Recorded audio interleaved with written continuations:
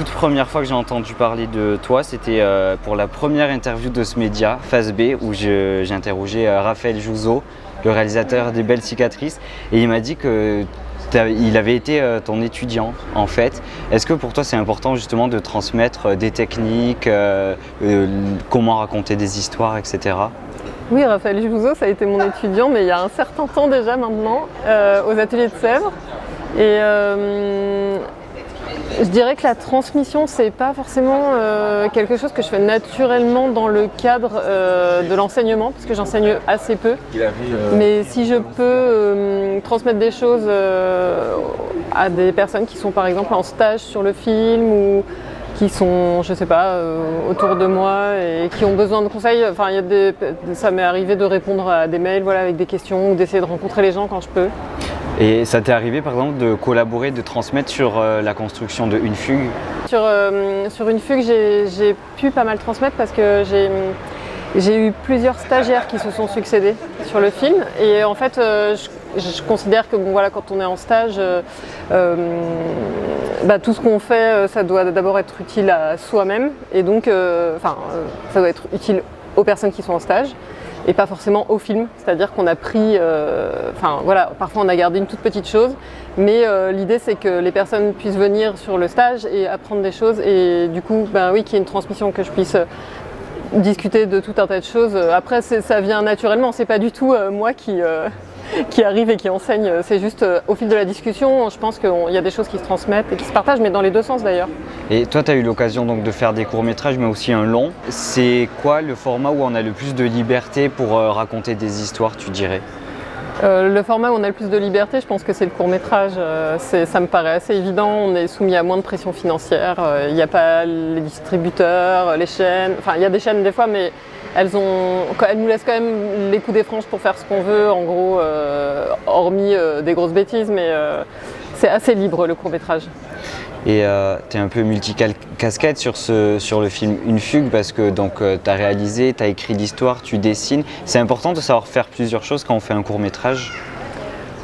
Moi je dirais que c'est lié aux études que j'ai faites aux Arts Déco à Paris où on nous apprend un peu à toucher à tout sans forcément aller très au fond de chaque chose. Donc techniquement on n'est pas toujours parfait.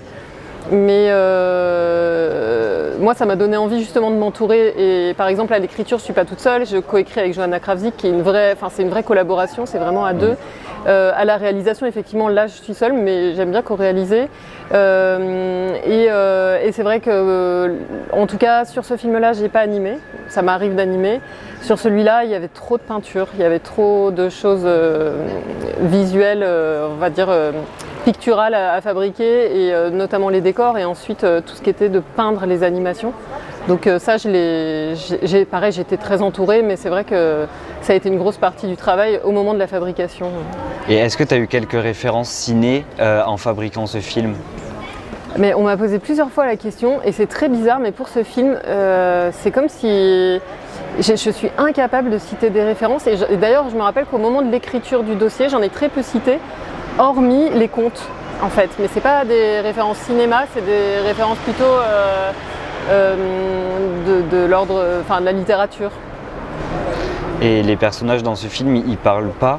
Est-ce que le dessin, il est plus pertinent que les mots pour transmettre des émotions? En tout cas, moi, il se trouve que je fais des films sans dialogue et j'adore les films dialogués. Et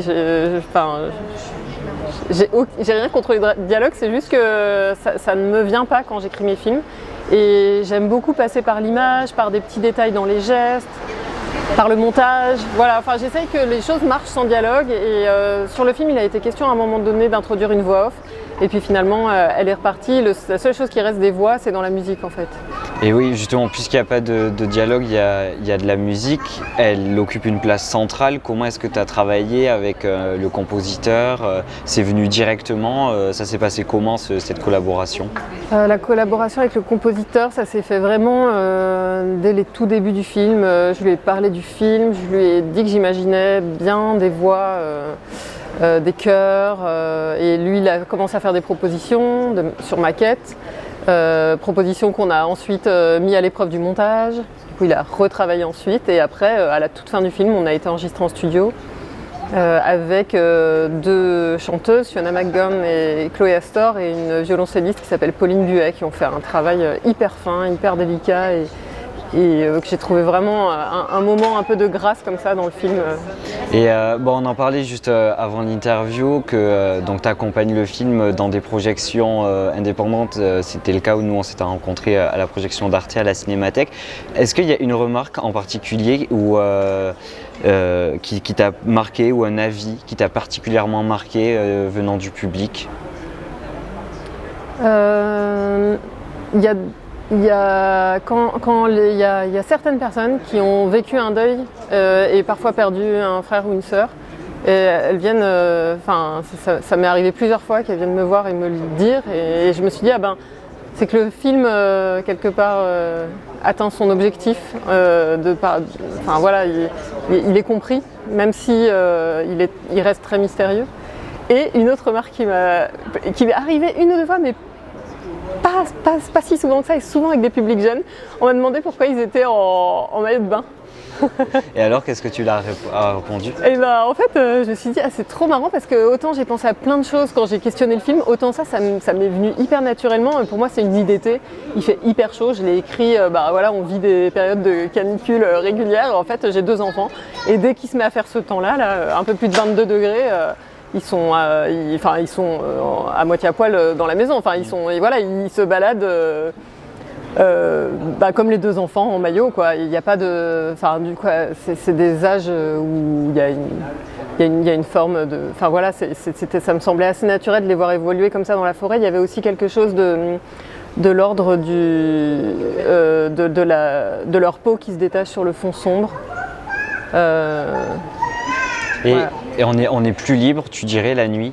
On peut raconter plus de choses aussi, une histoire qui se passe la nuit? Oui, j'ai l'impression que la nuit, on va dire que c'est plus porté, ça nous porte vers certains mystères, on va dire. Merci beaucoup, Agnès. De rien.